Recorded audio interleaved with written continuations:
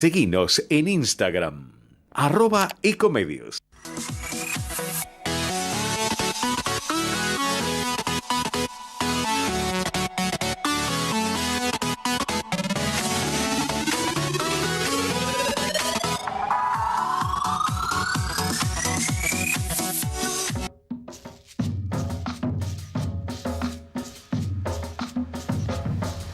¿Qué tal? Muy buenas tardes, 17:05. Acá estamos como todos los miércoles entre ustedes y nosotros con el doctor Jorge Enríquez. ¿Cómo estás? Muy bien, nuevamente, porque me habían dicho que había una sierra eléctrica acá. Cierto, que venimos de la sierra eléctrica. Venimos de la sierra eléctrica. Primero estaba Osvaldo, le cerruchó el piso. Me lo saqué encima. Se lo sacó encima, después se lo sacó encima Luis. Claro, estoy hablando de ella. Sí, Gerardo, tal cual. No estoy hablando de otra persona. Y trató de sacarme, volví.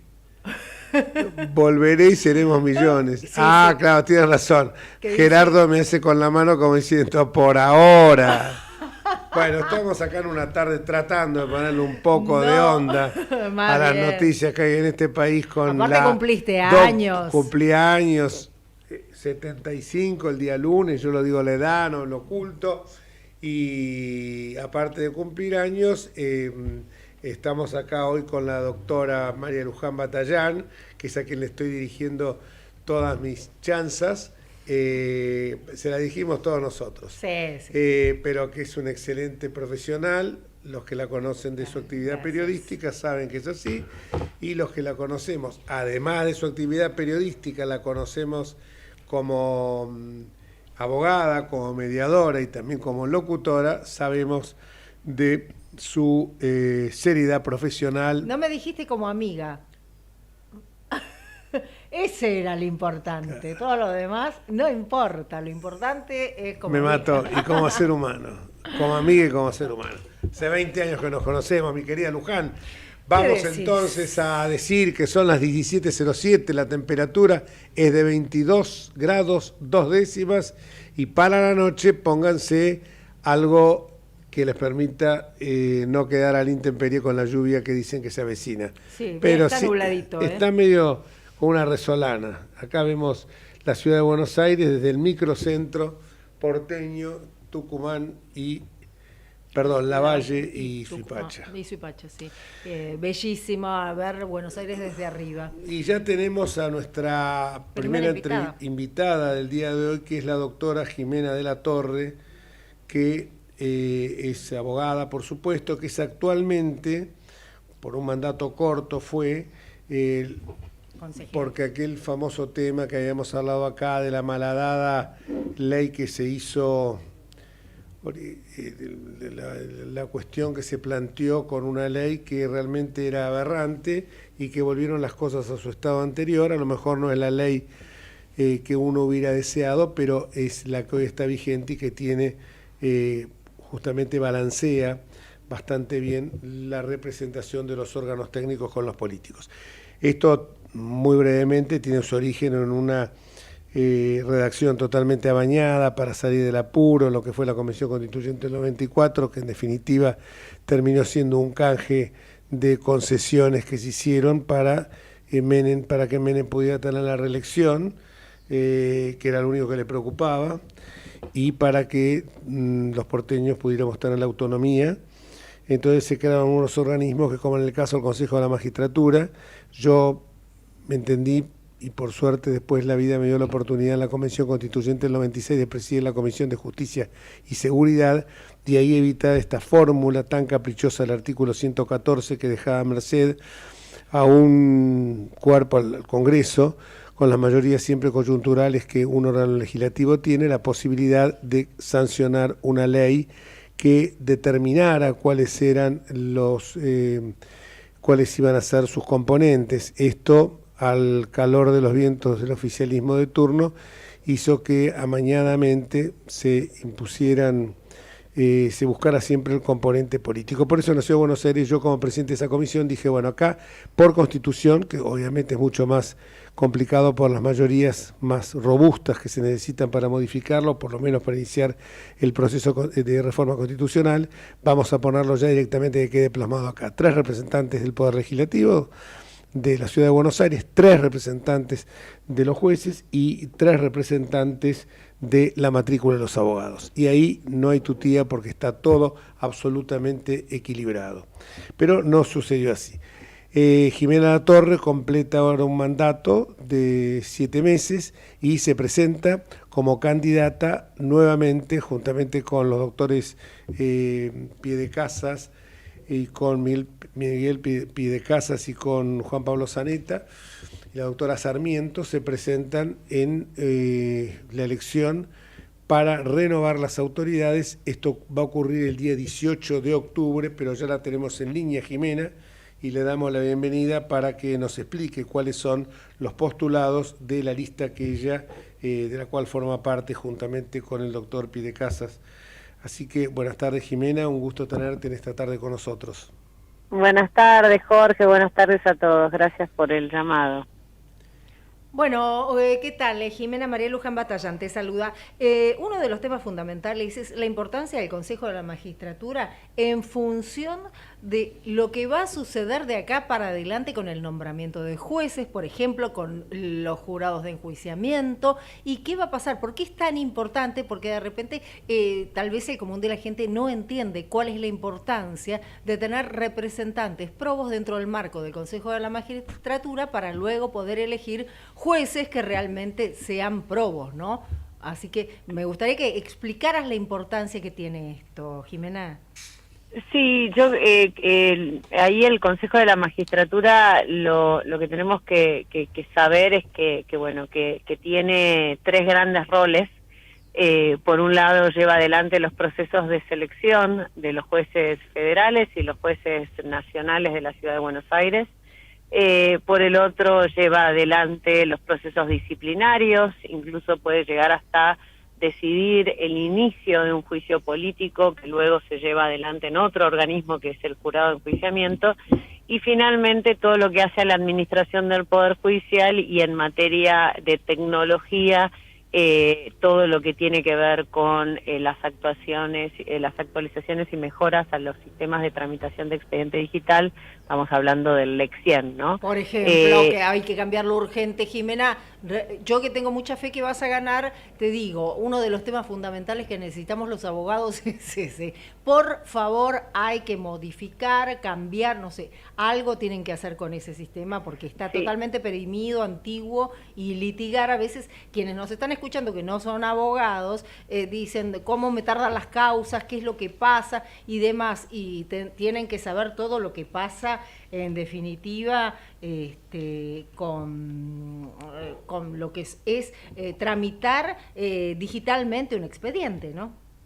Sí, efectivamente el LEC 100 es un sistema de tramitación de expedientes que nació obsoleto, está escrito en un lenguaje de programación muy antiguo, pero cuando yo fui con la misma inquietud que María Luján a la Dirección de Tecnología, me encontré con un planteo muy sensato, porque yo planteaba tirarlo a la basura y comprar un sistema nuevo y moderno, pero claro, tenemos un problema previo y más profundo, que es el de la infraestructura tecnológica. Si nosotros no tenemos buenos sistemas de redes en donde esos programas corran bien, donde si no tenemos servers, si no tenemos placas, etcétera, todo lo que podamos, todo ese software que podamos adquirir no va a funcionar bien. Entonces el planteo de la Dirección de Tecnología fue, bueno, frente a un presupuesto que es limitado, necesitamos invertir en robustecer la infraestructura tecnológica, y desde el año pasado, ya que tenemos ahora los códigos fuentes del LEC 100, la intención entonces es que desde el Consejo de la Magistratura se le impriman las modificaciones y los cambios que necesitamos. Y en ese sentido estamos trabajando codo a codo con la Dirección de Tecnología llevando todas estas cuestiones que los abogados necesitamos, como poder ver en formato libro al expediente, para poder verlo en forma más amigable, poder estudiar una causa y poder foliar y citar a fojas determinadas los expedientes. También estamos trabajando para que el sistema interopere con el Ministerio Público Fiscal y la Defensoría, porque también ahí cuando se le delega la instrucción a un fiscal sabemos que los abogados quedamos a ciegas en el avance Totalmente. y en la trazabilidad del expediente, y eso afecta el derecho de defensa. También las víctimas están siendo violadas en sus derechos, porque por ley ellos deberían poder hacer seguimiento de los expedientes en donde ellos son parte, y sin embargo no tienen una clave de usuario y acceso para poder ver en qué estado está el expediente, la causa en donde ellos son víctimas, ¿no? O sea, son muchas las cuestiones, estamos muy arriba de eso. La Dirección de Tecnología, la verdad que me sorprendió para bien, con muy buena predisposición. Claro, pero ¿sabes lo que pasa, Jimena? Te escucho atentamente y digo, qué bueno todo, porque tenés ganas, porque sé que, bueno, te conozco hace un montón, que sé que tenés unas ganas tremendas, que estás todo el tiempo, pero vos fíjate que tanto la dirección de sistemas, como todo lo que vos quieras emprender y quieras empezar a hacer, se va a encontrar con la limitación de que en el día de hoy volvieron a cerrar más las importaciones. Entonces, ¿cómo vas a hacer? No sé, Jorge, ¿cómo van a hacer para actualizar un software cuando estás diciendo todo lo que se necesita y cuando desde el Poder Ejecutivo están intentando que haya menos importación justamente en un rubro como es el tecnológico, ¿no? En Claro, IT no podés... Yo lo que digo es que dentro Creo de que todo... es más profundo y más grave, porque en realidad veamos que la gente, o sea, la Dirección de Tecnología del Consejo de la Magistratura recién empezó a trabajar con los tecnológicos de la Corte Suprema desde la vuelta de la Corte al Consejo de la Magistratura. Hace recién muy pocos meses que están trabajando en conjunto. Entonces, claro, nosotros fuimos rehenes durante mucho tiempo de un divorcio, ¿no? Los hijos de los divorciados. Así por lo menos me empiezo a entenderme en este momento, porque digo, claro, mientras tanto los abogados éramos rehenes de un sistema obsoleto, y teníamos a la Corte y al Consejo que no dialogaban entre sí para llevar las mejoras que necesitábamos al sistema, ¿no? Claro, no, desde ya que eso es un avance positivo, y como, pese a lo que decía recién María Luján, que lo comparto totalmente, que el tema de la traba que con las importaciones no permite que podamos llegar a una tecnología en materia de todo lo que hace a sistemas informáticos de punta, pero por lo menos queda visibilizado que no es una cuestión de la cual los abogados no nos ocupamos, en este caso representados por vos, sino todo lo contrario. Lo que pasa es que si enfrente tenemos un gobierno de inútiles, un gobierno que hoy, que acaba de, en lo que va del año, tuvo la más alta liquidación de productos agrícolas, 9.000 millones de dólares, y hoy no tenemos reservas líquidas en el Banco Central, bueno, quiere decir que la cosa, pero por lo menos lo importante es que ustedes lo pongan eso, ¿no? Sí, y mientras tanto un gobierno que la única obsesión, y parece que lo único que han planificado antes de llegar al poder, fue cómo iban a lograr su impunidad y cómo iban a perpetuarse en el poder, porque para las reformas judiciales, para los avances contra la justicia, para los ataques contra la Corte Suprema, para investir contra Casar, ahí tienen una inteligencia maravillosa y están todos coordinados y están todos muy bien organizados, ¿no? Exactamente.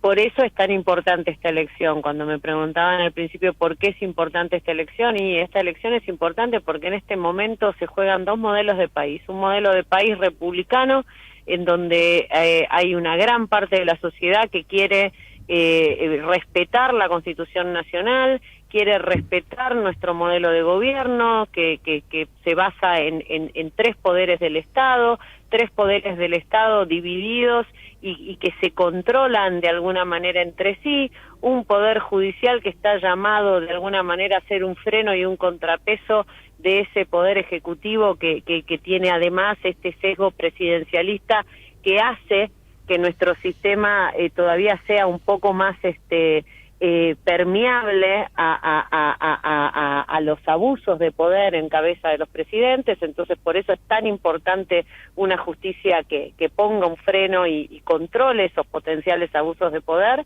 Y después hay otro modelo de país que busca aumentar la cantidad de miembros de la Corte, que busca reformar el Ministerio Público Fiscal para que no podamos ver a Luciani y Mola alegando en una causa como vialidad, que busca reformar la justicia federal en pos de los intereses políticos y no en pos de lo que necesita la gente.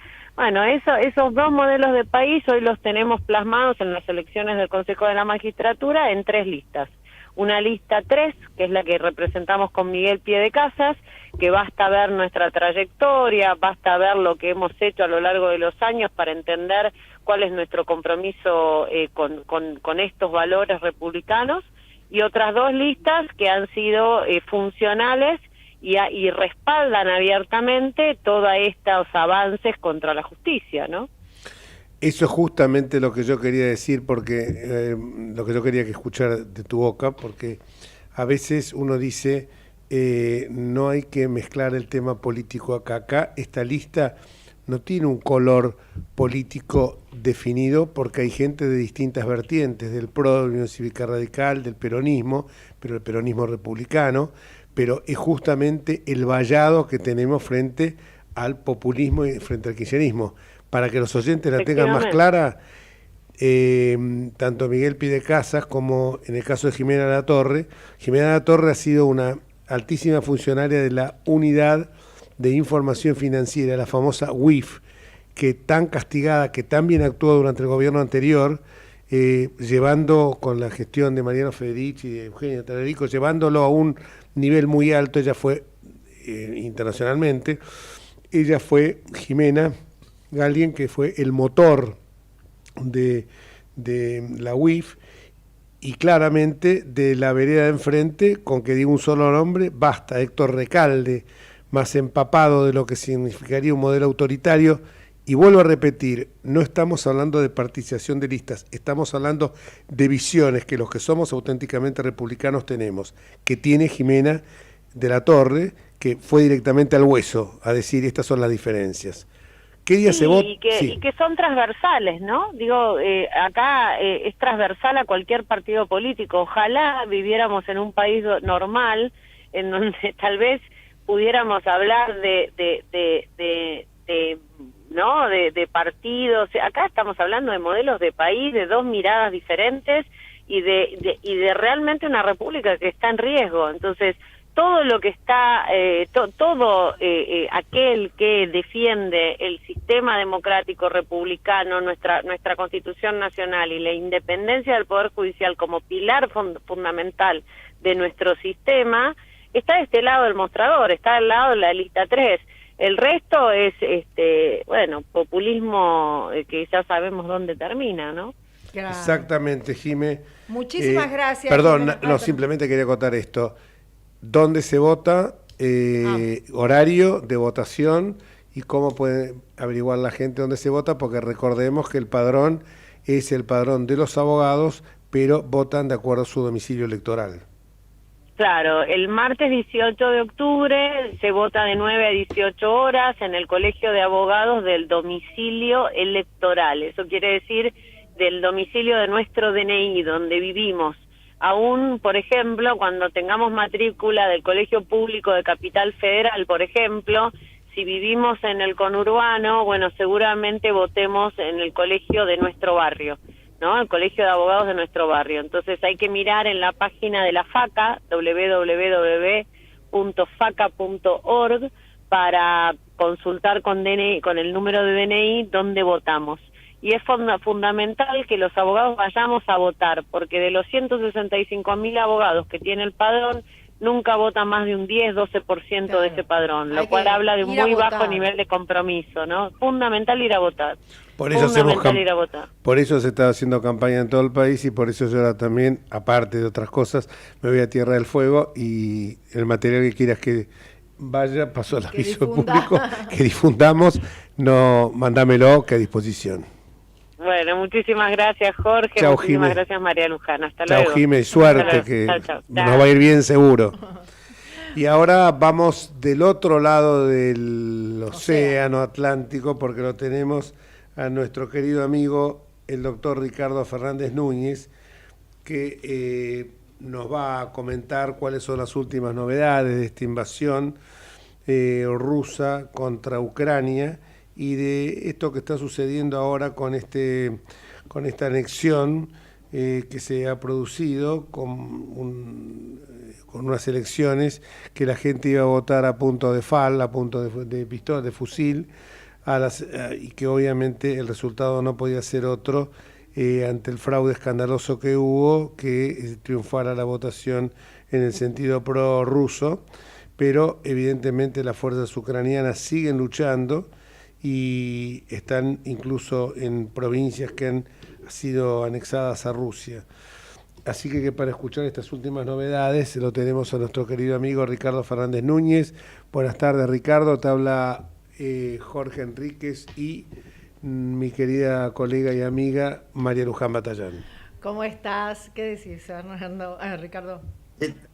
¿Qué tal, María Luján? Y feliz cumpleaños, Jorge. ¿Lo felicitaron ayer? Obvio. No, me felicitaron antes de ayer, que fue mi cumpleaños. No me felicitaron el día posterior. Entonces tengo que cambiar, voy a tener que cambiar la marca de mi vino, entonces, porque se me ha pasado un día en el medio. Y claro, te estoy recibiendo, no sé si se dan cuenta el detalle. Sí, atrás, veo tu fondo, tu respaldo. Con racimos de uvas. Mi respaldo son las uvas, ¿sí? Porque acabamos de terminar la cosecha. Pero te voy a contar una cosa que es bastante significativa y que ha sucedido casualmente ayer.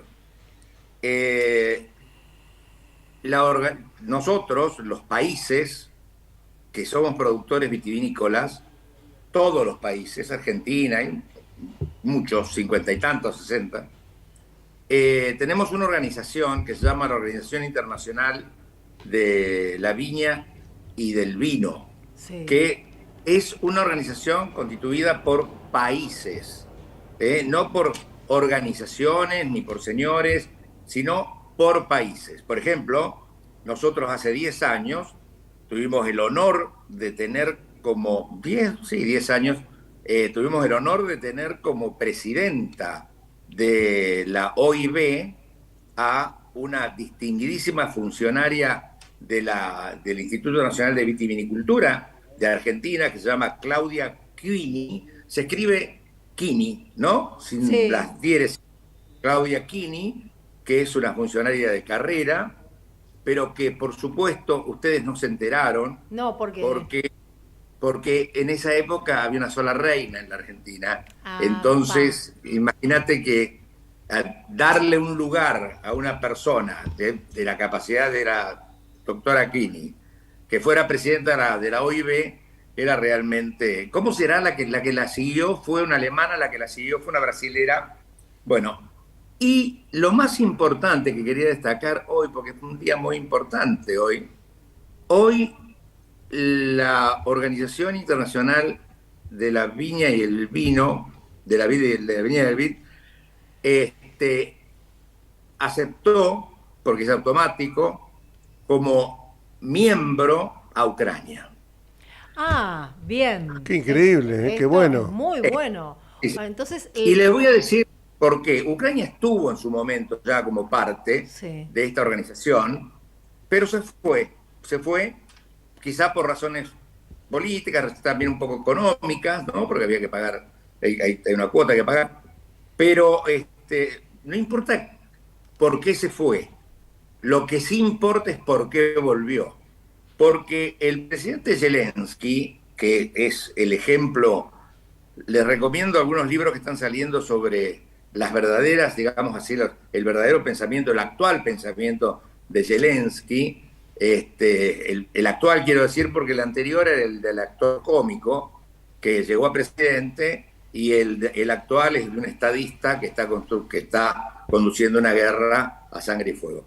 Pero para no irme ni abrir tantas ventanas de Windows, sí, les quería decir que una de las cosas que Zelensky ha bajado la línea a todo su gobierno, es que en todas las organizaciones internacionales donde haya un asiento que pueda ocupar Ucrania, Ucrania va a estar sentado ahí. Es decir, en aquellos lugares donde no está, va a estar. Y en aquellos lugares donde estuvo, va a volver. Y Mirá, hoy qué ha bueno, vuelto a la Organización Internacional de la Viña y del Vino, que es una cosa realmente muy, muy importante. ¿Saben por qué? Porque esa vendría a ser la biblioteca maestra de la investigación y de las reglas que debemos seguir los viticultores y los productores de vino para hacer vinos que la gente pueda tomar en el mundo y no competir mal. O sea, son realmente bárbaros. Con eso es un día, digamos, un día importante. El antes de ayer tuyo, que fue tu cumpleaños, y aparte te saludé, así que no te quejes, te saludé con un recuerdo muy lindo, Jorge. No, ya sé, sí, el recuerdo de sociología, pero fue el día siguiente, no fue el día de mi cumpleaños. Bueno, Eso te lo voy a reprochar hasta que abandemos. Son distintos horarios, chicos. No, porque controlé el uso horario de 4 horas de diferencia. Pero 5 horas, es lo mismo. Es más, es peor, juega más en contra de él. Pero eso no te lo voy a seguir reprochando hasta el día que nos toca abandonar esta tierra. Es tremendo tu amigo. Bueno, Pero seguí. Bueno, Muy lindo el mensaje, le vamos a decir a la gente, fuimos compañeros en la Facultad de Derecho, allá a lo lejos del tiempo, y hicimos una materia de sociología jurídica que tuvimos un grato recuerdo. Sociología del derecho de la cátedra de Bernengo hicimos. De Bernengo. ¿De verdad?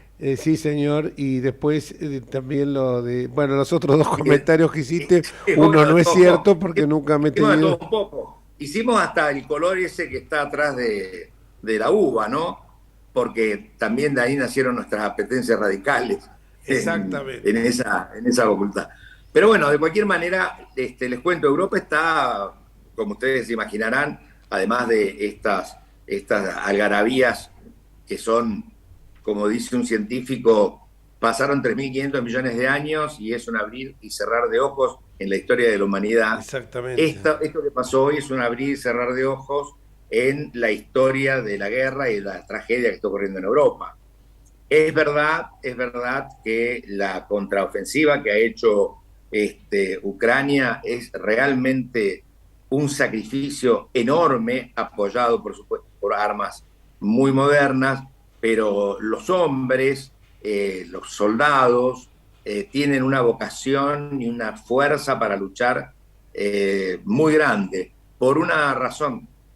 Yo tengo mucho contacto con soldados de todas las partes de los distintos frentes y realmente me emocionan con sus mensajes de WhatsApp y cómo están motivados para seguir adelante. Ahora, la realidad es que Putin hizo lo mismo que hizo en Crimea. Ocupó el territorio, llamó a un referéndum absolutamente ilegal, alegal, porque digamos, no hay una legalidad en la que se pueda estar en contra ahí, sino que no hay nada que pueda validar ese referéndum. El referéndum de Crimea, al punto que hoy Crimea está reconocida nada más que por algunos países satélites de Rusia.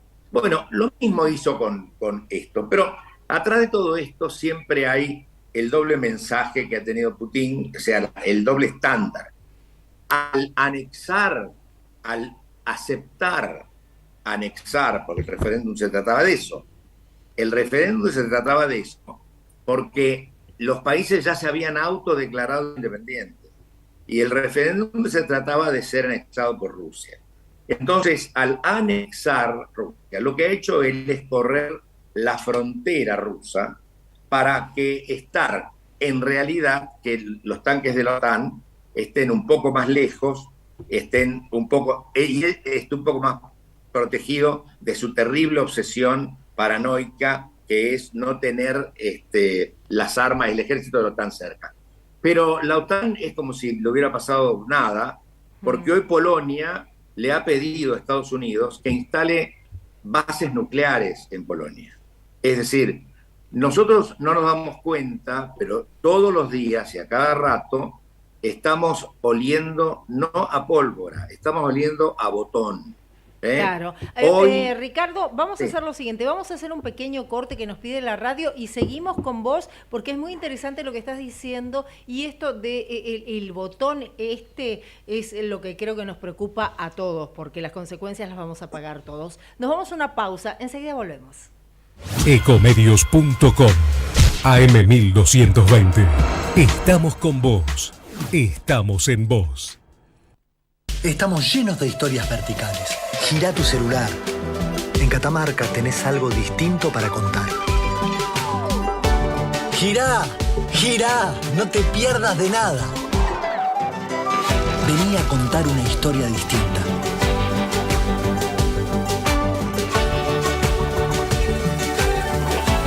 ¿Querés descubrir algo distinto? Girá y vení a Catamarca. La Posada Morada dos Ventos te espera en Pipa, la mejor playa del nordeste de Brasil. Única por su bahía con delfines. 12 exclusivos departamentos y 3 piscinas circulares en medio de un jardín tropical. Podés venir con cualquiera de las vacunas aplicadas en Argentina. www.moradadosventos.com. Morada Dos Ventos, Pipa, el primer lugar cuando decidas viajar. Todo lo que hicimos en la costa lo hicimos porque nos escuchamos y trabajamos en equipo. Vos, que querés vivir en un lugar que te encante, y nosotros que lo estamos haciendo. Y así funciona. Juntos hacemos más y disfrutamos más de la costa. Vivamos Vicente López. Informate en ecomedios.com. Seguinos en TikTok, @ecomedios1220.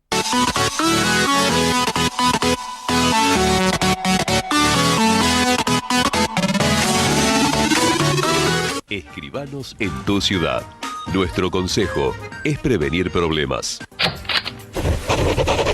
Colegio de Escribanos de la Ciudad de Buenos Aires. Consejo Federal del Notariado Argentino. El Colegio Profesional Inmobiliario auspicia este programa. Colegio Profesional Inmobiliario, cada vez más profesionales. ¿Conocés los planes de salud de Andar, la obra social de los viajantes vendedores? Planes para empleados en relación de dependencia, monotributistas y particulares. Solicita un asesor comercial al 0810-345-0184. Siendo las 17:37 minutos, continuamos dialogando con Ricardo Fernández Núñez, que recién nos decía, ¿no? Algo muy preocupante que tiene que ver con ese botón rojo que siempre estamos pensando, teniendo en cuenta las actitudes que está teniendo Putin por un lado, por otro lado, lo que acaba de decirnos respecto de Estados Unidos y la invitación por parte de Polonia respecto de bases allí en ese país y, lo que venía ahora, ¿no? La OTAN, ¿qué rol está cumpliendo? ¿Está la OTAN? ¿Está o no está? Bueno, digamos, el conjunto de los países ha sido mucho más que la OTAN. La OTAN estaba dormida, ya era una especie de ejército de la paz, mandaba contingentes a neutralizar territorios para que no se pelearan, y este sacudón hizo que los ejércitos de los países la renovaran a la OTAN. Es decir, la OTAN hoy vendría a ser una administradora de las armas que proveen todos los países, pero los países tienen una gran autonomía, se coordinan entre sí. Gran Bretaña está cumpliendo un papel preponderante en esta guerra, igual que Estados Unidos. Todo lo que ustedes están viendo se está haciendo gracias a la inteligencia que han desplegado las grandes potencias. Pero quiero referirme a algunos signos muy serios de este señor, que este señor no es este señor solamente, este señor es un régimen. Claro. Este señor es un régimen, y si mañana deciden que conviene sacarlo, lo van a sacar y van a poner otro igual a él. Alguien que viene del autoritarismo, de los servicios de la KGB, que le han cambiado el nombre nada más, pero son siempre los mismos desde que nació el bolcheviquismo. Entonces, tenemos que tener en cuenta esto. Es muy fácil decirlo, pero es muy difícil pensarlo. Putin o el régimen está dando pasos concretos para demostrar que es capaz de utilizar armas nucleares. Hoy, mientras Polonia le pedía a Estados Unidos que instale en donde tiene ya misiles, que instale misiles atómicos, porque en Polonia hay bases de misiles que apuntan hacia ese sector del este y los quieren cambiar por misiles atómicos, cabezas nucleares. Putin contestó, ahora que puede, porque está dentro del Estado ruso, hoy expropió Zaporozhia, la planta nuclear. Sí. Es una de las plantas nucleares más grandes de Europa, ¿no? No, es la segunda más grande del mundo, la primera de Europa, pero además está manejada por adentro, los técnicos son ucranianos.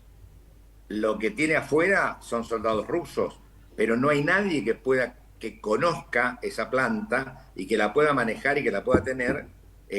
Salvo los ucranianos que están adentro. Son los ucranianos, claro. Pero además, digamos, si ustedes vieran lo que podemos ver a veces nosotros, que son las tomas de drones en directo, verían la cantidad de agujeros que tienen algunas partes de las estructuras que, digamos, han tenido, digamos, ustedes saben que no tenemos el presidente de la Comisión de la Verificación del Armamento Atómico, que es argentino, ¿no? Sí. Y estuvo hace muy poco tiempo y dijo que la situación era gravísima. Y cuando nosotros, siempre en España, yo le digo a mi gente, antes de empezar una reunión, le digo, miren, recuerden ustedes que nosotros hablamos el mismo idioma, pero distinto lenguaje, ¿sí? O sea, uno puede hablar en castellano, pero decir palabras que acá no se usan y pueden caer mal. Pero cuando habla un argentino y dice, esto está gravísimo, esto está al borde de, es porque la gravedad realmente es apabullante. Si no pasa nada con Zaporozhia, van a tener que definir qué van a hacer. Realmente las alternativas no son muchas. Hoy, por primera vez, después del plebiscito, después del referéndum ayer, después de los resultados, imagínense que el resultado era 99,9% y un voto anulado, por ejemplo, ¿no? O sea, sí, claro, digamos, es una farsa. Un fraude total. Pero anteayer, Putin se dirigió al país y dijo, bueno, ahora que hemos logrado liberar los países que estaban siendo sometidos por los nazis ucranianos, creo que llegó el momento que podemos empezar a sentarnos a conversar. A ver, no lo dijo el cabo Yusifov, lo dijo Putin. Y lo que está sucediendo es que los están corriendo poco a poco de los lugares que tenían tomados. Hoy prácticamente en Lugansk, en la provincia de Lugansk, no hay tropas rusas. Bueno, no las hay. Esto es importante. Eso es justamente lo que te queríamos preguntar ahora, pues ya te anticipaste la respuesta, me parece excelente. Eso es importante porque Lugansk y Donetsk, creo que era la otra. Lugansk, Donetsk, la zona del que Donbass, va por el sur hasta Moldavia, ¿no? Que pasa por Odessa, que todavía están libres. Y vos sabés que, claro, yo cuando vi eso dije, bueno, esto es alentador totalmente. Y cuando veo las ganas que tiene de pelear de Zelensky y veo el apoyo que empieza a recibir ahora, porque claro, no es broma que este señor haya mostrado la capacidad demoledora que tienen submarinos atómicos. Entonces ahora me parece que la preocupación abarca a todo el mundo, incluso creo que hasta nosotros nos abarca, ¿no? Pero, Jorge, uno de los grandes problemas que tiene en este momento Rusia es que la población que pelea no quiere esta guerra. Quiere ir. Justamente estábamos leyendo días atrás respecto de ese tema y, algo gravísimo que sucedió con un rapero ruso que se suicidó justamente, que esto es, los raperos son los que ahora contienen a toda la juventud y digamos lo que era en otras épocas, lo que fue en los 60, 70, las marchas de protesta y demás. Ahora el rap es el que se queda con toda esa sustancia de los jóvenes, de la crítica y demás. Y esta acción de un pibe joven en esas circunstancias lo miran y lo graban mucho los jóvenes. Yo no creo que en estos momentos ningún joven, por más que adhiera al régimen, tenga muchas ganas de decir, bueno, sí, voy a pelear por mi patria, después de esta cosa que puede llegar a parecer insignificante, más allá de una vida humana, pero digamos a nivel macro, insignificante, tuvo una fuerza entre los jóvenes muchísimo más intensa de lo que nosotros podemos llegar a imaginar. Bueno, acuérdense de los bonzos, Sí. En su momento cambiaron la cultura, cambiaron el devenir político de un gran sector de la sociedad asiática, claro, cuando se incendiaban frente a las embajadas, etcétera, etcétera. La actitud de la gente joven en Rusia es gente que ha sido capacitada. Y hoy por hoy están haciendo levas que afectan a los más pobres, y digámoslo para no quiero ser, digamos, estigmatizante. No quiero decir pesadas, pero para los más poco educados, a los menos educados y a los más pobres, que son en las zonas de la Siberia y mucho más allá, son los que están siendo capturados. Ahora, hay cientos de miles que se han ido por las fronteras posibles al exterior en apenas 7 días, en 8 días. Se han ido cientos de miles y nadie los ha parado. No los ha parado ni siquiera la inmigración rusa. Claro. Es decir, que tienen el derecho de parar porque ya rige la ley que no pueden salir del país aquellos que tienen entre 18 y 65 años. Claro. ¿Cuál es la esperanza? Vamos cerrando, chicos, porque no. Lo que yo vos terminás con la esperanza y yo te voy a dar una pregunta después. Bueno, pero digo, la esperanza es que se sienten a negociar. La esperanza es esa, que se sienten a negociar. Porque si no, lo que viene va a ser terrible. Alguien dijo que, muchos dijeron que ya empezó la tercera, cuarta guerra mundial, según cómo se mide la historia, pero la realidad es que lo único que falta acá en esta escalada es o sentarse o pasar a las armas mayores. Y pasar a las armas mayores se habla realmente de que Putin tiene las posibilidades de hacer una guerra química y si hace una guerra química, esto puede ser tan desastroso como una guerra atómica, ¿no? El futuro vos lo ves, entonces, si no hay diálogo, apocalíptico. Pero yo pregunto, ¿es posible dialogar con una persona que primero te ocupa los territorios, te hace una elección absolutamente amañada? Porque lo dijo claramente Zelensky, yo no voy a sentar a negociar, no quiere hacer nada, porque además la negociación para Putin es más o menos la misma negociación que quería hacer Cristina con nosotros, la rendición incondicional, la imposición de las condiciones. Entonces yo digo, vale la pena seguir, porque acá muchas veces vos decís, me siento a dialogar, es un poco, uno tiene el recuerdo de Chamberlain en la Segunda Guerra Mundial, si vos te humillás para evitar la guerra, dicho en términos de aquel momento, vas a sufrir primero la humillación y después la guerra, o sea que todo va a ser inevitable. Eso es el gran dilema que hoy debe existir en el mundo, sobre todo porque Zelensky piensa como pensaría yo, que me voy a sentar a negociar con este tipo, y bueno, si quiere, también, ojo, que no es gratis, si viene eso si vamos a un escenario de guerra química, guerra nuclear, no es gratis eso, porque también va a repercutir en la población rusa, porque el mundo, viste, no es, se queman está globalizado, claro, y todos vamos pero a aparte, sentirlo. Mientras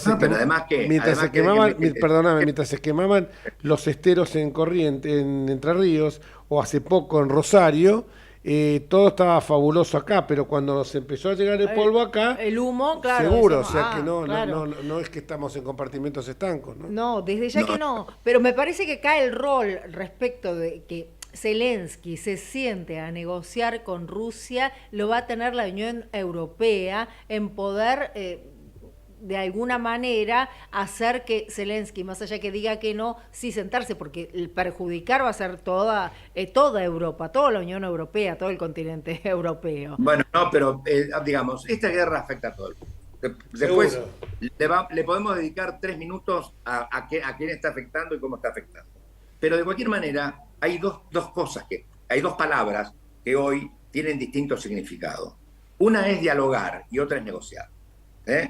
Dialogar es empezar a hablarse entre sí, dos partes que están enfrentadas y que no se hablan entre sí y pueden llegar a dialogar. Eso generaría una distensión mundial y posiblemente un cese del fuego. Negociar es ver cómo se termina esto y qué se hace con los territorios ocupados y qué se hace con los territorios invadidos, etcétera, etcétera, etcétera. Y además, atrás de todo esto, ¿quién pone la plata para reconstruir todo? Porque esto no es menor tampoco, ¿eh? Esto no es menor. Miles de millones de euros. Cientos de miles de millones de euros. Cientos de miles de millones. Cientos de miles de millones de euros. Bueno, ¿cómo está afectando esto a todo el mundo? Primero lo afecta económicamente. Europa esto parece que una repetición, pero Europa está anonadada porque tiene el 8% o el 9% de inflación, y todo el mundo está esperando la realidad, y que yo apoyo esto. Tendría que sacar una visión en el diario Europa diciendo: buscamos ministro de Economía argentino que haya tenido un buen periodo, ¿no? Porque las cosas que están pasando acá, en Europa, las hemos visto mucho en la Argentina. No voy a hablar de tecnicismo, pero hoy ya se habla de control de precios en los supermercados, de precios máximos, Se habla de las restricciones. En un país donde la base fundamental del Tratado de Maastricht, o sea, la Unión Europea, es la libertad absoluta de personas y de capitales, y de libertades, por supuesto, la libertad absoluta. Hoy, hablar de que van a empezar a restringir el tráfico o la mano de obra o comprar un país al otro, significa que van a tomar medidas intervencionistas.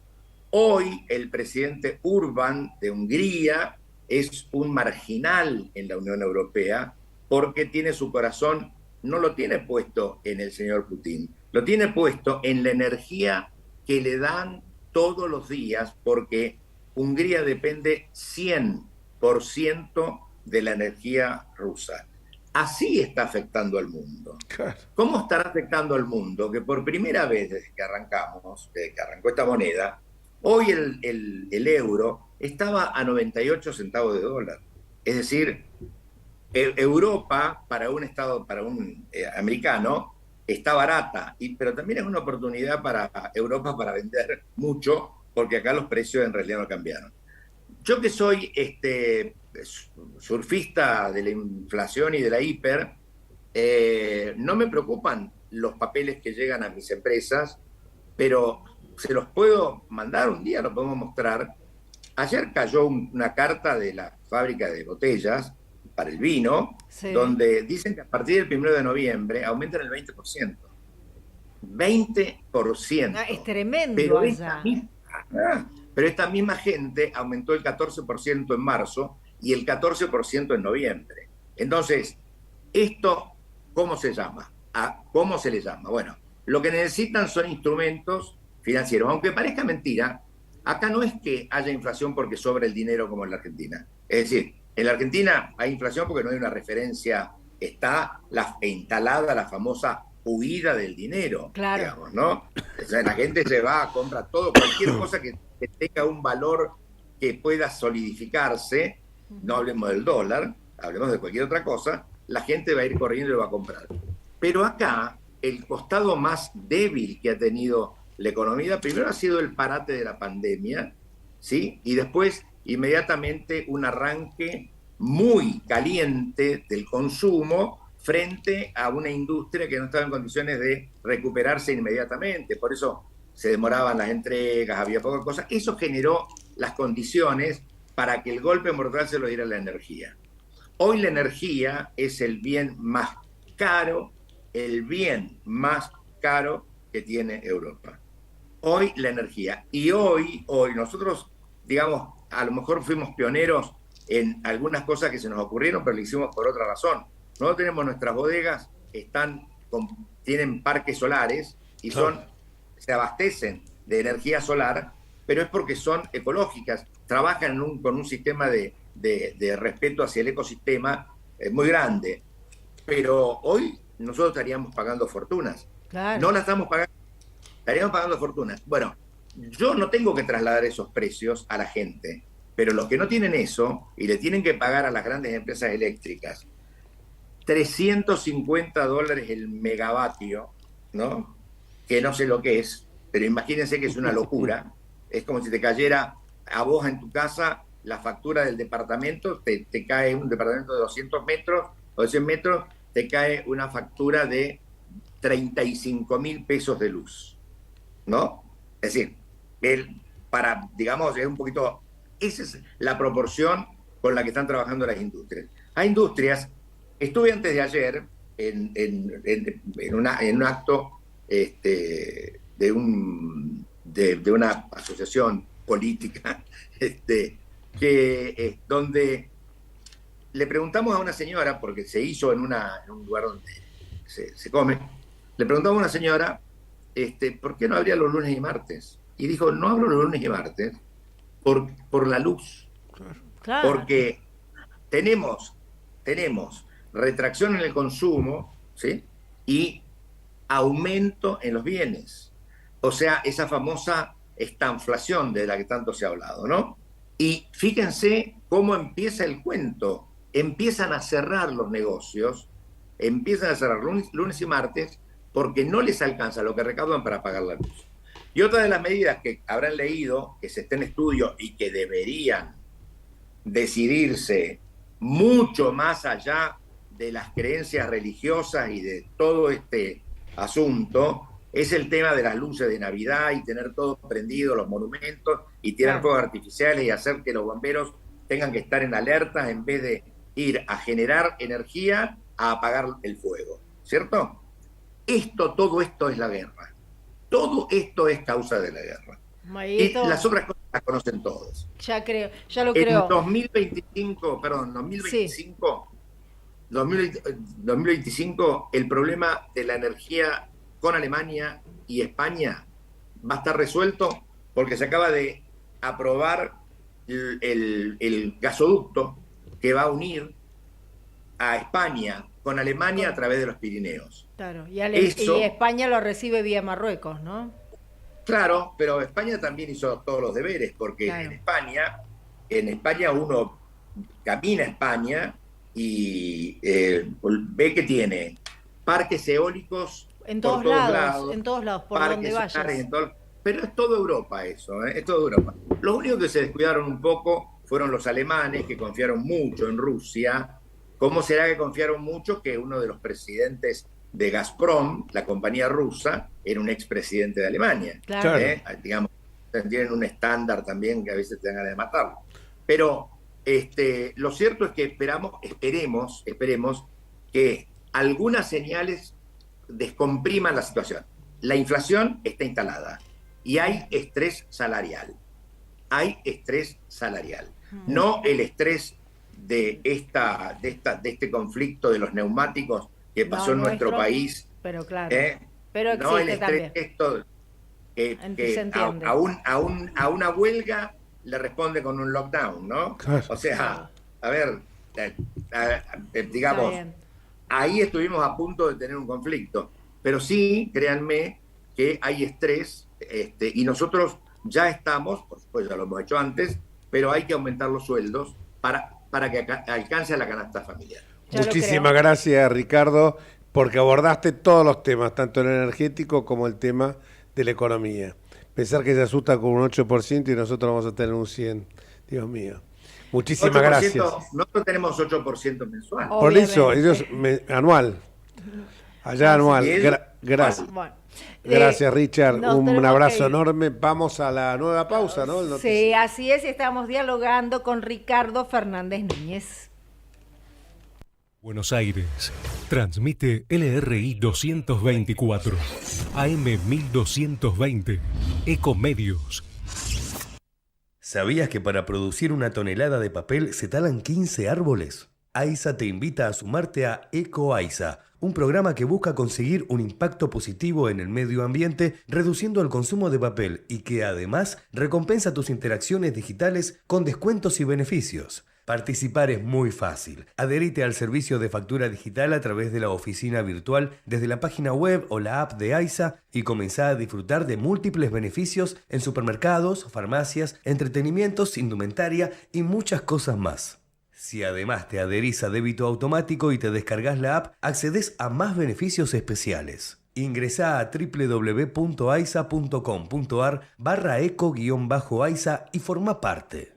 Nos comprometimos con la provincia de Entre Ríos a impulsar la producción y el desarrollo social, humano y educativo, y crear trabajo, a profundizar la conectividad e incorporar tecnología en el desarrollo portuario entrerriano y a mejorar caminos para impulsar el crecimiento productivo. Hoy te queremos mostrar los proyectos finalizados y los que aún están en ejecución. Conoce más acerca de nuestros compromisos en argentina.gov.ar/compromiso federal. Lo dijimos, lo hicimos. Compromiso Federal. Argentina Presidencia.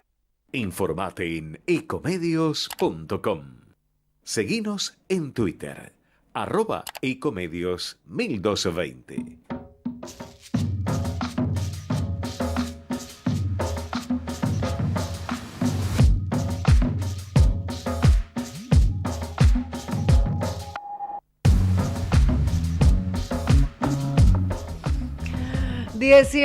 Un minuto y realmente nos reímos porque este país si lo tomamos en serio es para tirarnos ya y sí, de acá a piso 9 pleno centro porteño, pero como va a ser vamos a interrumpir pero tiene poco mucho. Glamour de acá, No, de la calle de la Valle, tiene entonces, poco glamour.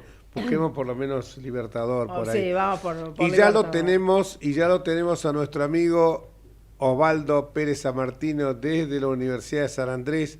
Como vamos contando como los presos los días que tengan para volver, porque yo conseguí volver, porque pese a que Luján me estaba serruchando el piso, volví. Ahora no me voy más ningún miércoles, porque si no... Claro, después... si no ya está, saben que me quedo con el programa. Ya a Osvaldo lo tengo ahí, no sé si lo voy a dejar volver. Osvaldo va a volver. Y bueno, a Luisito Sebasco, vamos a ver. Osvaldo, ¿podemos... Hola, ¿cómo te va, Osvaldito? ¿Qué tal? Donde tenemos que volver siempre y no dejar un día de hacerlo es a nuestras casas, porque si la casa está vacía, es probable que cuando lleguemos esté ocupada por un inquilino, si prospera un proyecto de ley que di por ahí. Sí, el de Gervasio Muñoz. El de Gervasio Muñoz de la Unión de Inquilinos. Vos sabés que yo justo te iba a preguntar de este tema, te lo juro, porque no sabía de qué ibas a hablar, y te iba a preguntar de este tema, porque siempre uno está buscando temas de actualidad. Pero justo te iba a decir esto. Bueno, creo que lo presentó otro diputado, pero tiene el aval de esta agrupación de este señor Gervasio Muñoz, ¿no? ¿Un diputado lo presentó? No, es una asociación de la Asociación de Inquilinos. Sí, pero algún diputado... Pero me parece que era un proyecto de ley que algún diputado había presentado. Sí, del Frente de Todos. Sí. Pero ahora está subsumido, parecería, a la ciudad autónoma. Sería un legislador de la ciudad. Sería un legislador de la ciudad, porque por lo que yo veo... Sí. No tenemos...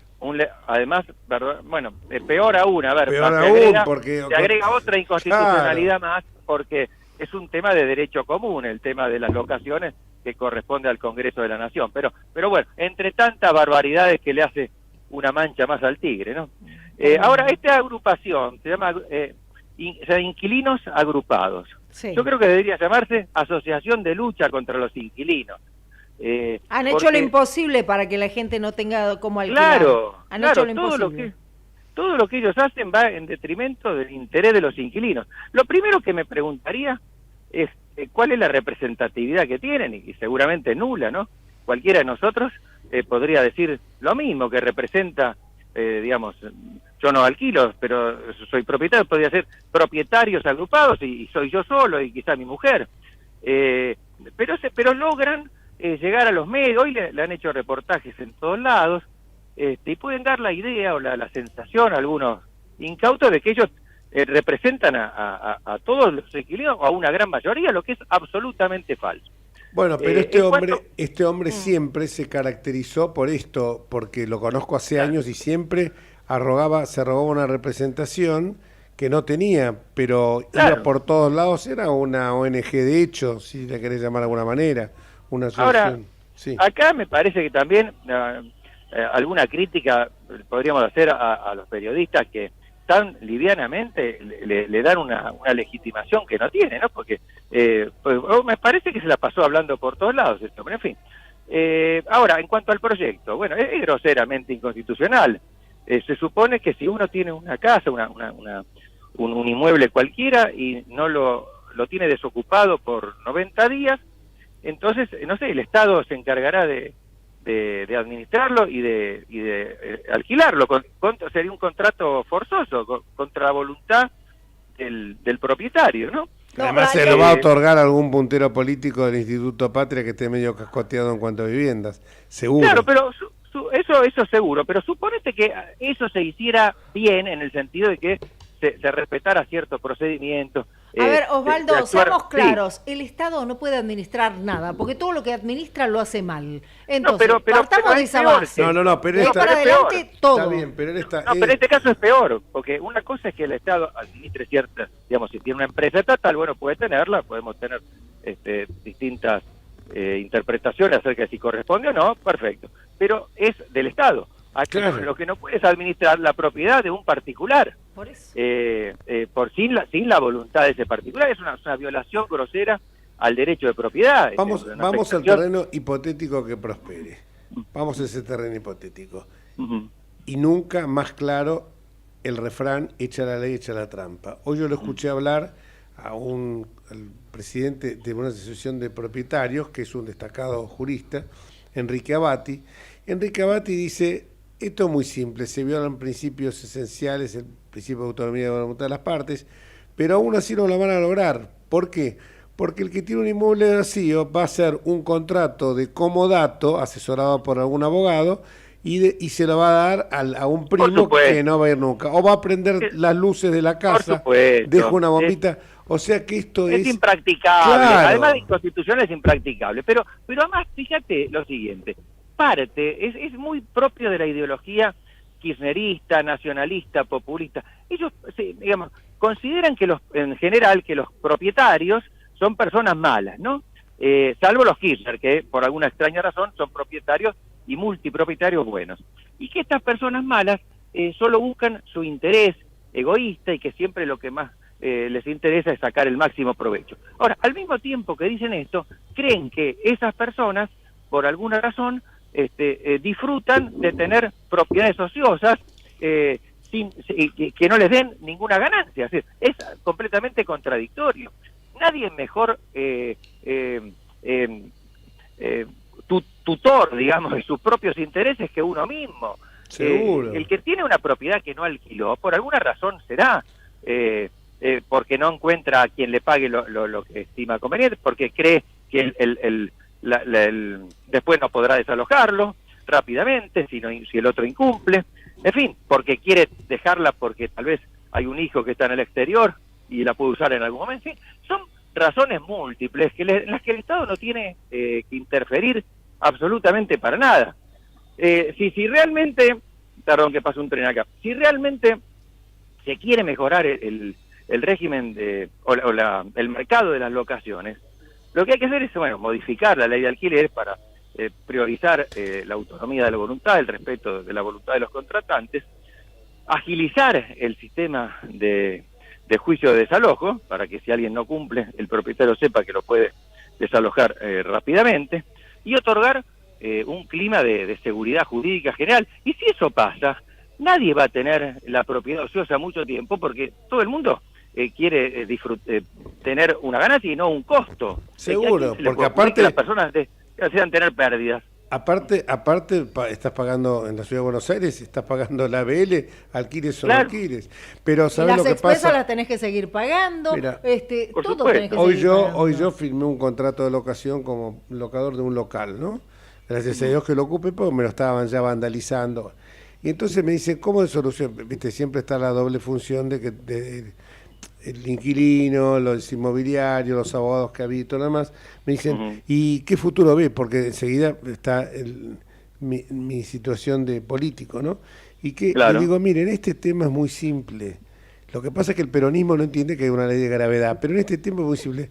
Equipo que gana no se toca. En el año 1984... el doctor Raúl Ricardo Alfonsín envió un proyecto de ley al Congreso, Ley 23091. Fue superior incluso a la norma que era buena y aceptada por inquilinos y propietarios del gobierno de Onganía. Pero no fue solamente superior porque era una norma dictada o promovida en un gobierno democrático, sino porque la superaba. Porque ¿qué aliciente daba? Que la gente que quisiera destinar un inmueble a alquiler de casa-habitación, se le daba un determinado plazo de gracia, transcurrido el cual podía disponer libremente de inmuebles sin alquilarlo. Pero ¿por qué le daban esto? Porque había toda una serie de desgravaciones impositivas. Si vos construías, no te cobraban el IVA, no te cobraban ningún impuesto extraño, te pagabas el costo de los materiales. Si vos comprabas, había una facilitación sensiblemente beneficiosa del acceso al crédito. Así funcionó. Viene el Código Civil y Comercial nuevo de las obligaciones y prácticamente el articulado ese no lo tocó. Perfecto. En el año 19, algún cráneo, porque ya habíamos tenido el problema 19, digo bien, de las PASO, que habían sido bastante, donde sacamos el 30% por el cambio, se le ocurre decir, vamos a tratar de tener votos que provengan del sector de los inquilinos. Gil, no te iban a votar nunca los inquilinos, y encima fue en contra del propietario, en contra del inquilino, en contra de los desarrollos inmobiliarios y en contra de los corredores inmobiliarios. Entonces, vos decís, y todo para satisfacer las ridiculeces de este señor Muñoz. Pero además fue en contra de los inquilinos, porque el resultado fue que los alquileres aumentaron enormemente, mucho más que la inflación. Sin ánimo de cargar las tintas sobre una persona, pero como el autor de esta iniciativa había sido el diputado Lipovetsky, esto alguno lo llamó y quedó así, y hay hasta algún artículo que con ese título, el efecto Lipovetsky, que sería el efecto contrario al buscado por una iniciativa legislativa. El pobre Lipovetsky la ligó, podría haber otros también. Pobre, mira, cuando le marcábamos los periodistas, yo en ese momento todavía trabajaba como periodista, pobre nada, porque le decíamos todas las contras que podía llegar a tener el proyecto de ley de él. No, se ponía como, no, de ninguna manera, porque esto no es... Bueno, a ver, te dije, ¿viste cuando te dicen, le decís a tu hijo, te vas a caer, si haces eso te vas a caer? Pobre para... No dije pobre como para tener ninguna simpatía, pero no lo conozco, además, sino porque quizás personalizamos en él algo que es bastante generalizado, no es solo... Son los vaos... Pero quedó el nombre de él asociado a esto, es cierto. Pero no fue solo... Perdóname, Osvaldo, y acá hay que hacer la autocrítica sana, no los petardos que tira Manes. La autocrítica sana es que también hubo algún funcionario del Poder Ejecutivo de aquel entonces que lo alentaba. Cuando esto llegó al recinto, me acuerdo 2, 3, 4 diputados que cuando lo vimos dijimos, esto es un horror. Eduardo Amadeo, Pablo Tonelli, la diputada Scaglia, la diputada Polledo, y te puedo decir Luciano Laspina, Pablo Tonelli, Pablo Torello. ¿Y sabés lo que hicimos? Dijimos, votamos dividido, muchachos, acá, porque nosotros esta aberración no la vamos a votar. Sobre todo porque automáticamente con Luciano Laspina presenté un proyecto, y digo porque él se ocupó de los aspectos económicos, que era prácticamente volver a la ley de Alfonsín. y todavía claro. eso tiene el apoyo de todas las cámaras inmobiliarias, de la Academia, yo creo que hasta la Academia del Derecho de todo el mundo, porque lo ven, pero vos fijate, la ley de Alfonsín arrancó creo que 84-85 y siguió vigente hasta el 19. ¿Cuándo una ley? Sí, 30 años, porque de vuelta, futbolísticamente, equipo de gana no se toca, pero bueno. Y además tenemos, Jorge, esa ley ponía fin a décadas y décadas, digamos, de populismo locativo, por llamarlo de alguna forma, que había empezado ya en el año 20 y pico, después tuvo su eclosión en los gobiernos de Perón, donde en definitiva los propietarios veían licuarse el valor de su capital, se congelaban alquileres, se prorrogaban, después era casi imposible desalojar a un inquilino que no cumpliera, en fin, todo eso lo que hizo fue desalentar la inversión inmobiliaria. Claro. Bueno, Osvaldo, tenemos el próximo miércoles, entonces hasta que puedas venir acá, porque si no me acusan a mí de que les arrucho el piso a todos, ¿viste? Se va con nunca tengo más miedo de que se aplique la ley esta del estudio vacío. Sería. Claro, no, te van a usurpar la silla. A Sebasco ya lo echó, Sebasco no apareció nunca más. Está de viaje, ya va a volver. Luis Sebasco, pobre, mira, fiscal general de la ciudad, un capo, todo lo que hizo. Y mira, lo traje al programa para conducirlo con nosotros y no duró nada. Bueno, un abrazo a los dos. Chao, un abrazo enorme, Ricardo, y vamos a una nueva nota que tenemos, ¿no? Sí, 18, 15 minutos. Hablamos de Consejo de la Magistratura de las elecciones 18 de octubre. El próximo hablamos con Ricardo Fernández Núñez de Ucrania y Rusia.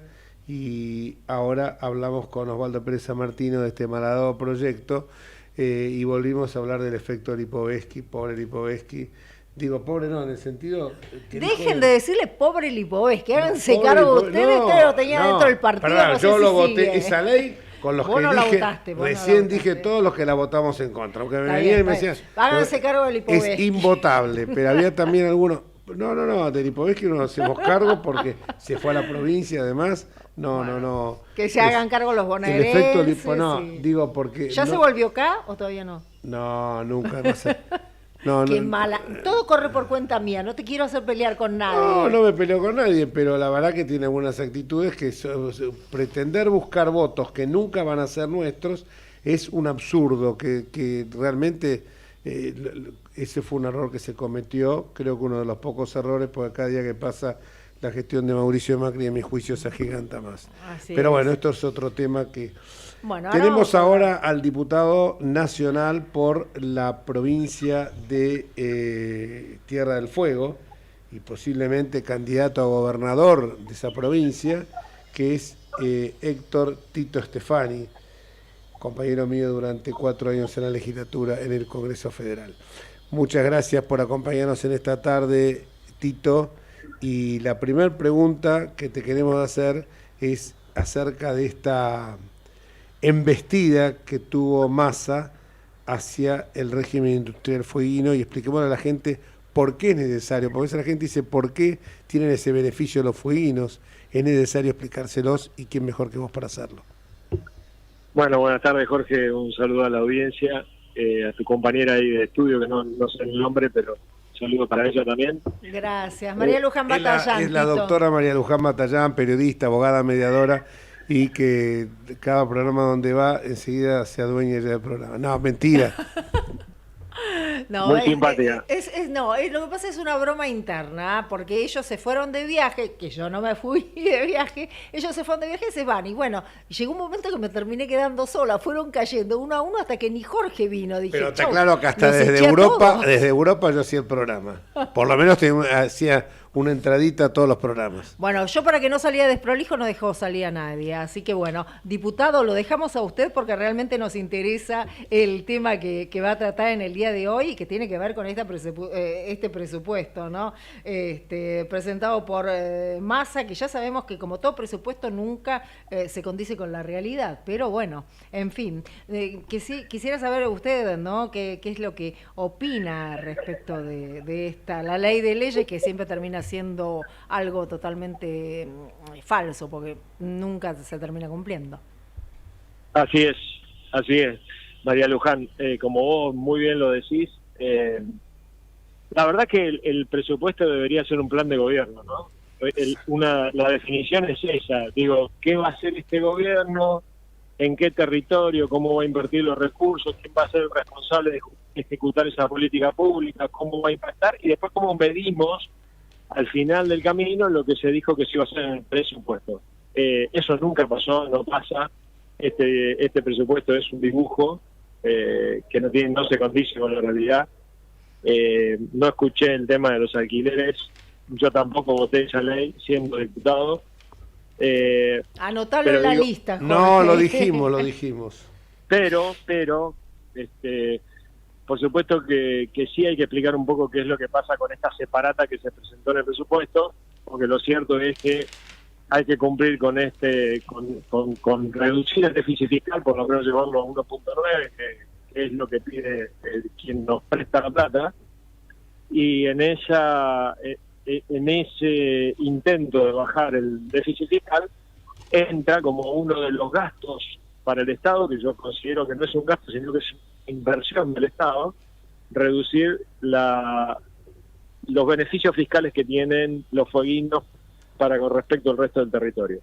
Haciendo un poco de historia, algún legislador en la década del 70 del siglo pasado, en 1972, pensó en cómo propoblar al último territorio que tenía la Argentina, que era Tierra del Fuego, que era un territorio nacional, que tenía 13.000 habitantes, de los cuales la gran mayoría de esos habitantes eran extranjeros, y cómo hacer para que esa provincia que tiene una importancia geopolítica para el país, porque es el puerto más cercano a la Antártida. En la Antártida hay más de 22 países que necesitan servicios de la Argentina, tiene la vinculación de los dos océanos, el océano Atlántico y el Pacífico, hasta que no se creó el Canal de Panamá, todos los barcos tenían que circunnavegar por ahí. Entonces había que poblarla, y a algún legislador se le ocurrió que poniendo beneficios impositivos, que es lo que debería hacer la Argentina a nivel nacional, no solamente para la Tierra del Fuego, iban a ir las industrias, iban a invertir, se iba a generar trabajo, iba a haber una promoción y un desarrollo económico, y la Tierra del Fuego se va a poblar. Es una de las pocas políticas públicas que se sostuvo. La Argentina tiene espasmos. A nosotros nos tocó votar leyes en 2 años que las cambiamos en el propio Congreso a los 2 años. Esas aberraciones que solamente pasan en la República Argentina. Esta es una de las pocas políticas públicas. Cuando hay una política pública y el Estado Nacional está entendiendo que es por ahí, en materia de educación, en materia de salud, de desarrollo económico, infraestructura, se sostiene. Esta es una de las pocas políticas públicas que se sostuvo 50 años, que arrojó que hoy Tierra del Fuego tenga 230.000, 250.000 habitantes, y que tenga la chance o la posibilidad de seguir desarrollándose productivamente. Claro. No sé si...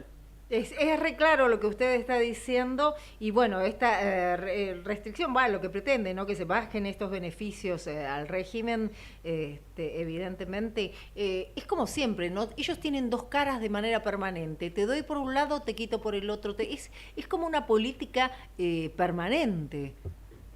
Mira, María, yo creo que hay otros regímenes de promoción económica, porque hay algo muy interesante que te pasa cuando sos diputado, que es analizar y hacer política comparada. Cómo otros países con problemas similares a los tuyos lo resolvieron. Y la verdad es que en un abanico de 194 países siempre tenés de dónde poder sacar algo. Claro. En materia de regímenes promocionales hay en el mundo una variada lista.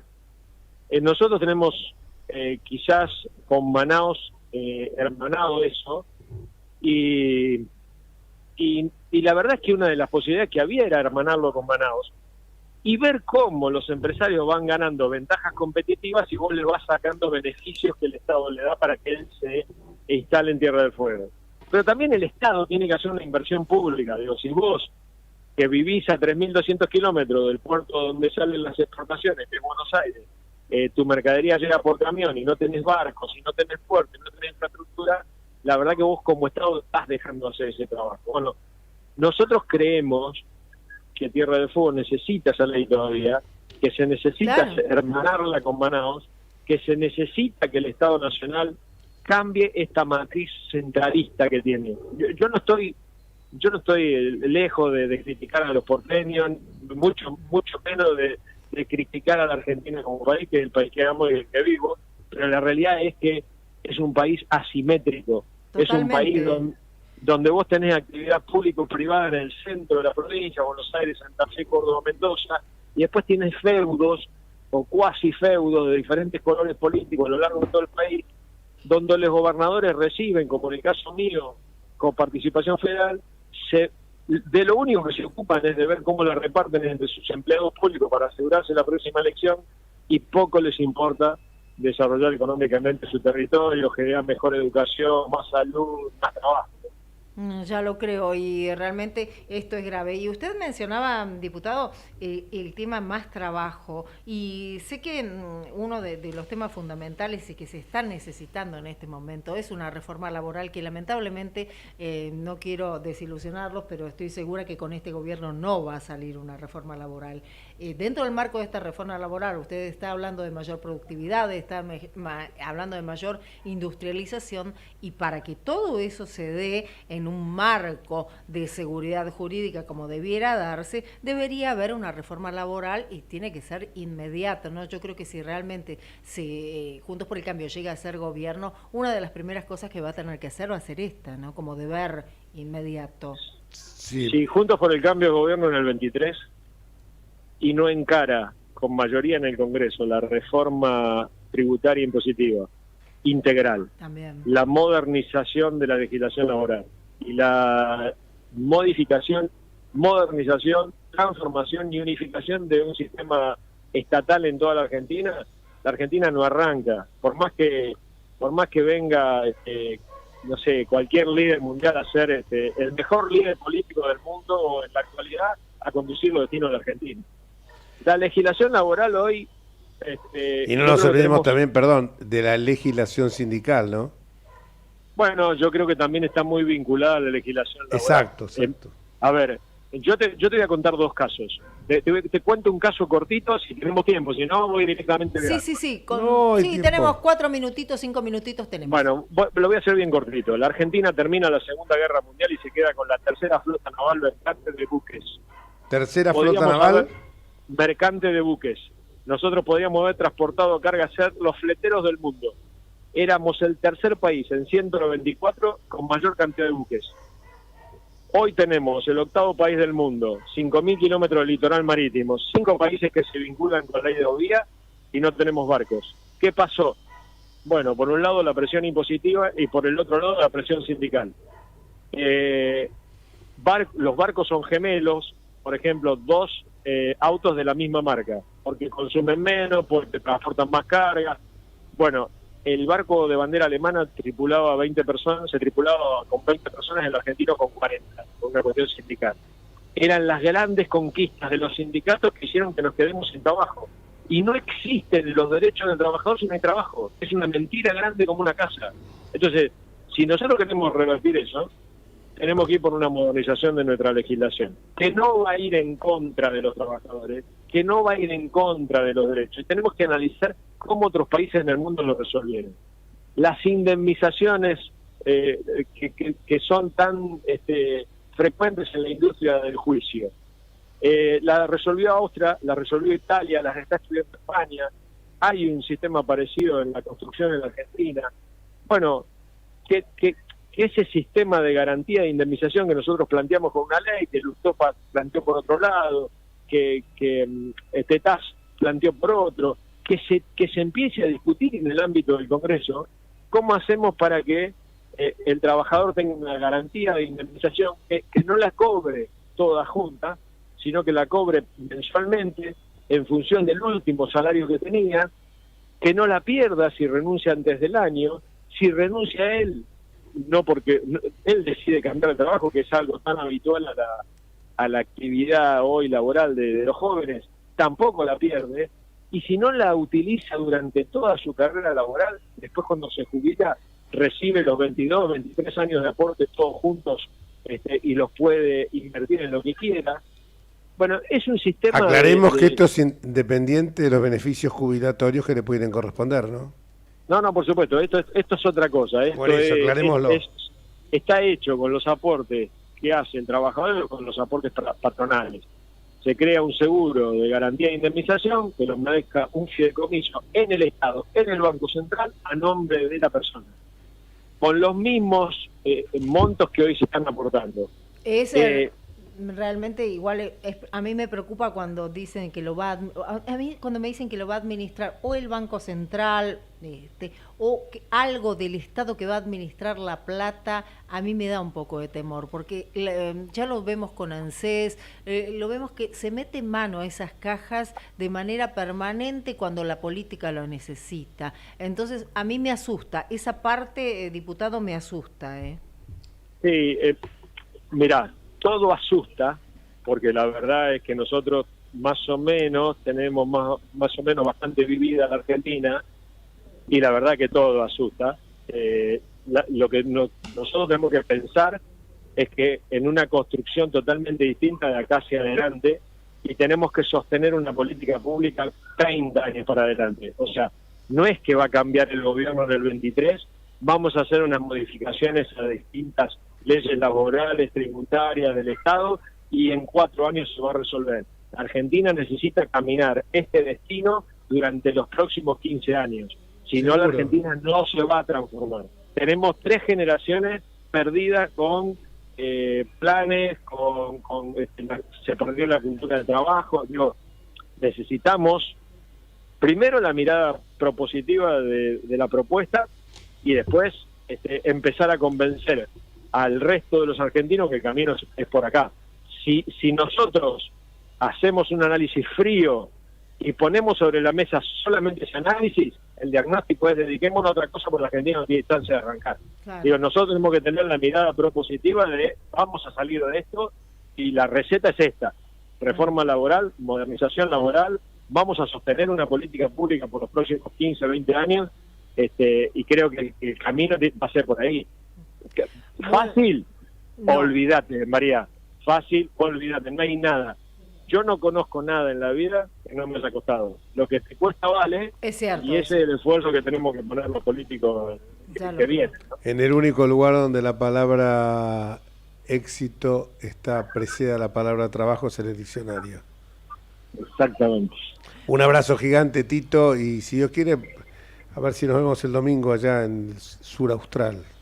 Ojalá, Jorge, sabés que te tengo mucho cariño y mucha admiración. Te mando un abrazo, a María, y un saludo a la audiencia. Gracias, un abrazo. Chao, chao. Era el diputado Tito Stefani de Juntos por el Cambio. 18:32 minutos, pausa, Jorge, y volvemos enseguida. Vamos la radio.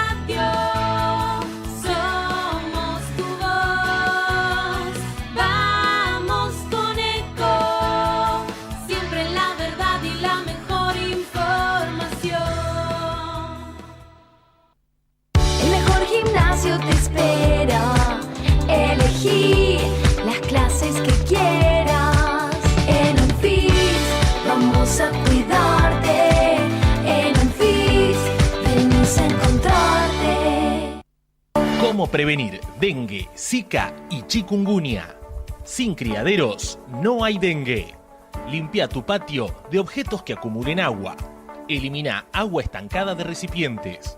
Reemplaza con tierra o arena el agua de tus flores.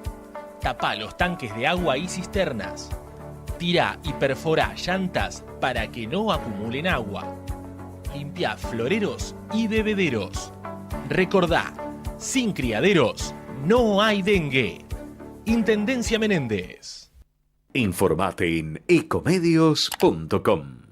Seguinos en Facebook, Ecomedios Live.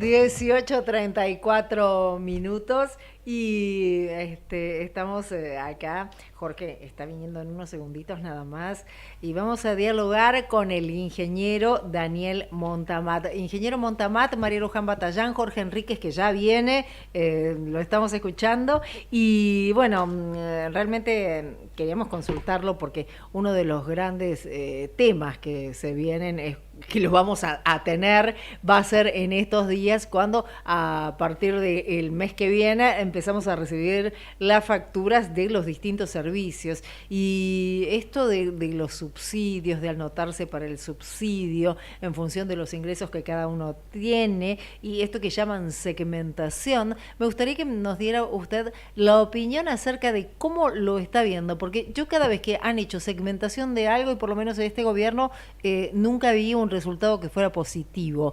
Por lo tanto, me gustaría saber cuál es su opinión, que es un especialista en el tema, ¿no? Coincido con usted. Las segmentaciones que intentó el kirchnerismo siempre fueron fallidas. Y esta también va a ser fallida. Miren, en las gestiones anteriores habían ellos segmentado las tarifas de gas y electricidad en función del consumo, con la presunción de que el que más consume tenía más ingresos. Bueno, eso le falló.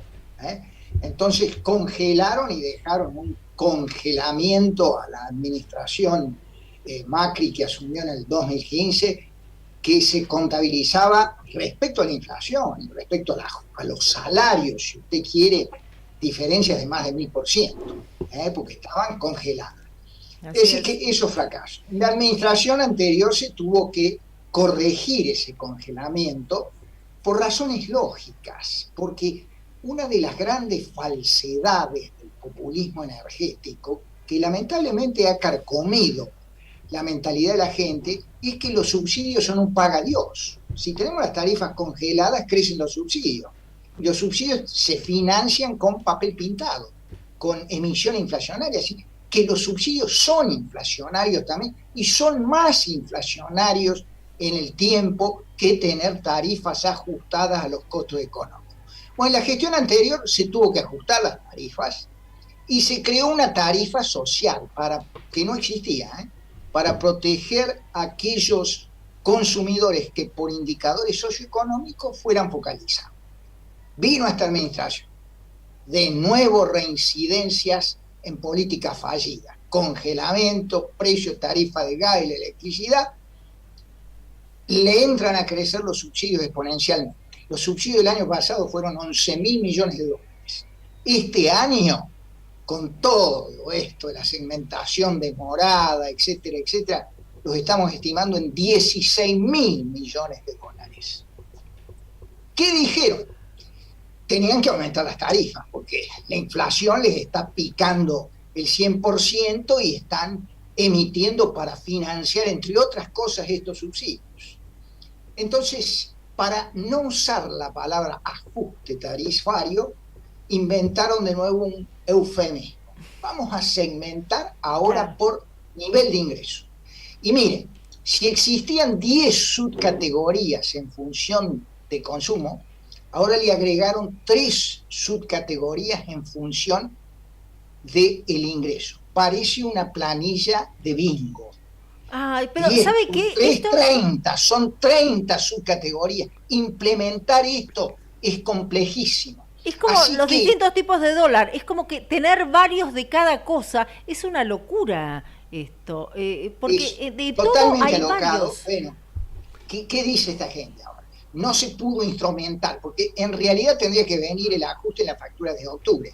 Pero no, dijeron, vamos a postergar para que las facturas con los consumos de octubre ya vengan con los aumentos en noviembre ahora.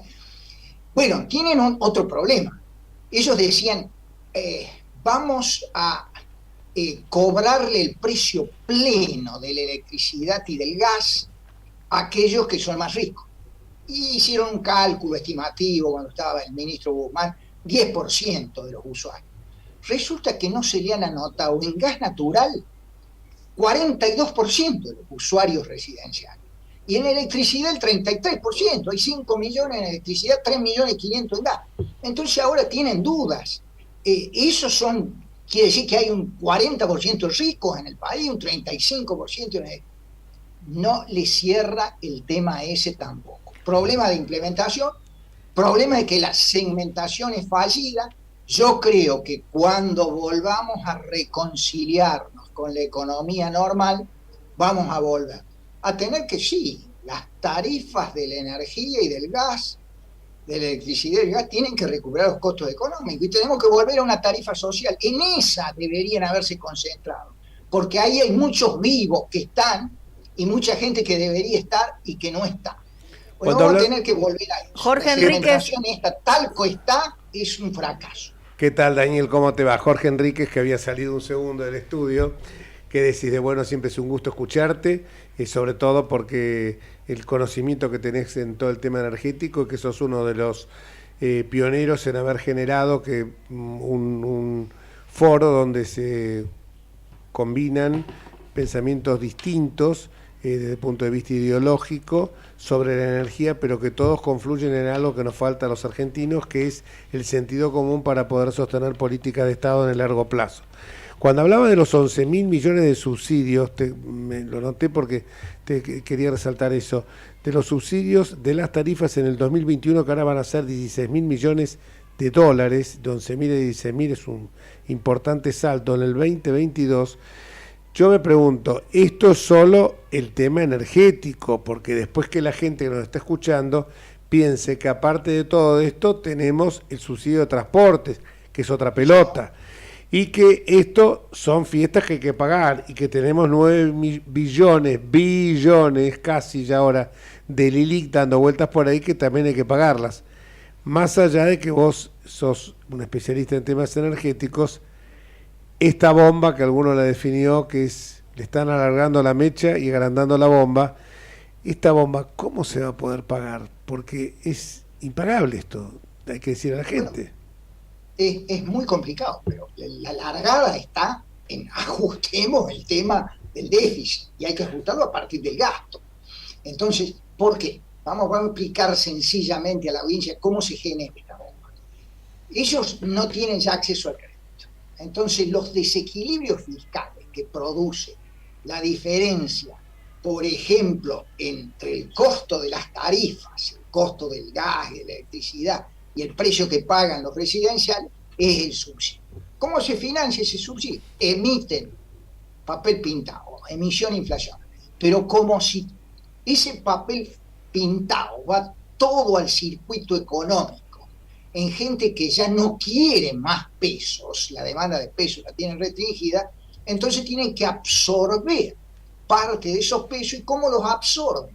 Con estos famosos títulos, las LELIC, que tienen que pagar cada vez más interés y están armando una bola de nieve. Pero ¿dónde está el origen, la génesis de todo esto?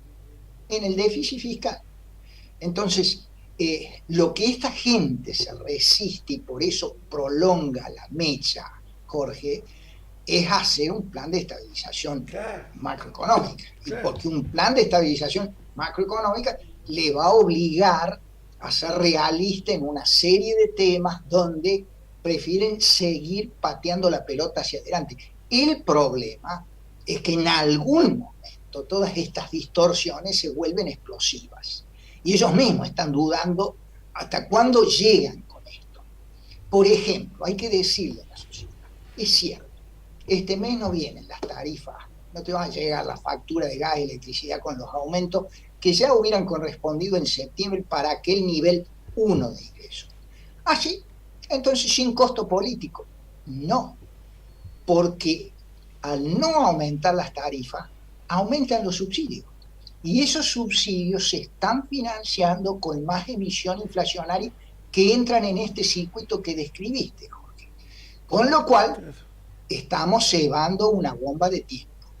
En realidad lo pagamos, el valor, el costo lo terminamos pagando, pero lo terminamos pagando de una manera indirecta y después, en definitiva, lo que se debe recaudar de ese dinero que viene en impuestos que tenemos en los distintos servicios y demás, termina siendo malgastado con un Estado enorme donde lamentablemente con el gran presupuesto que tiene se malgasta y no se destina en la manera, ni se divide de la manera manera que debiera hacerse, ¿no? Recién hablamos con el diputado Stefani y decíamos, tenemos un proyecto de presupuesto que sabemos que igualmente es totalmente mentiroso y falso porque nunca se va a cumplimentar, y segundo que la realidad nos lleva a que hay que agarrar otro camino que no va a ser el del papel escrito de la ley del presupuesto, ¿no? Sí, y tomo la idea inicial del razonamiento que desarrollo. El costo económico del gas y de la electricidad siempre se paga, siempre lo hemos estado pagando, porque se paga una parte en la tarifa, tarifas congeladas que no pagan todo, y la otra parte, y bueno, se paga o con impuestos, si no alcanzan los impuestos, con el peor de todos los impuestos, que es el impuesto inflacionario, pero siempre la sociedad lo paga. Las grandes falacias del populismo son instalar, incluso en la clase política, hay que decirlo, esta cuestión de que no hay que aumentar las tarifas porque las tarifas pegan en la inflación y pegan en el bolsillo. Y si no aumentamos las tarifas, tienen que aumentar los subsidios. Los subsidios también pegan, cronificando la inflación cuando se financian con emisión inflacionaria. Así que yo diría que en el mediano plazo es mucho más sensato, es de una economía normal tener precios y tarifas energéticas que recuperen sus costos económicos y proteger a aquellos argentinos, argentinas que no pueden hacer frente a esos costos con una tarifa social bien focalizada. Vos sabés que hace algún tiempo escuché, porque todo esto que estamos yendo ahora es como que estamos yendo de lo pequeño hacia lo grande. ¿Por qué digo esto? Porque estamos hablando del tema de las LELIC, la bomba de tiempo de mecha larga, los subsidios, etcétera. Pero todo esto, cuando seguimos subiendo en la pirámide, por evocar una figura geométrica que me vino a la cabeza, me hace acordar algo que escribiste hace algún tiempo, no me acuerdo el artículo a que se refería a La Nación, que vos ponías que lo que nos pasa a los argentinos es que subyace el pensamiento mágico del Estado protector, del Estado que todo lo resuelve.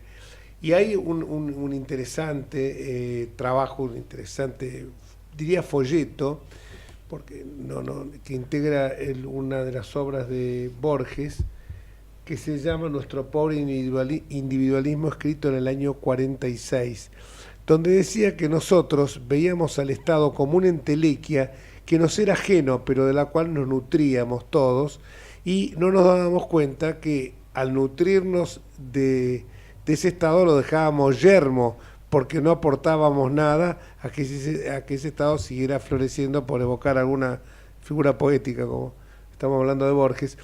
Entonces yo digo, tendríamos que también decirle a la gente, yo creo que ahora, no sé si vos compartís esta mirada, yo creo que gracias a que en la última elección se puso en valor, se visibilizó la situación a partir de gente que por ahí uno no comulga ideológicamente. Sí, yo comulgo con algunas ideas de Esper o de Milei, pero yo creo que esa gente, sobre todo más con Esper, porque Milei me parece que de repente con el tema de los órganos y de las armas se vuelca un poco, pero ha puesto en valor la idea esa que la economía tiene leyes de gravedad también. Este gobierno ignora esa ley de gravedad, y que me parece que eso está despertando conciencia incluso en la gente de los recursos más postergados, incluso con los planes sociales, que hoy no les alcanza para llegar al día 15. ¿Vos cómo ves esa posibilidad de cambio de clima en la sociedad? Jorge, tenemos que hacer una tarea docente. Yo creo que está pendiente esto que algunos llaman batalla, debate cultural en la Argentina, porque arrastramos muchas décadas de populismo. Cuando Borges escribía eso, bueno, ya el país estaba navegando en el populismo. Y mirá lo que sucede en Argentina respecto a otros países. Hay países como el nuestro donde la riqueza la tiene que generar el capital privado.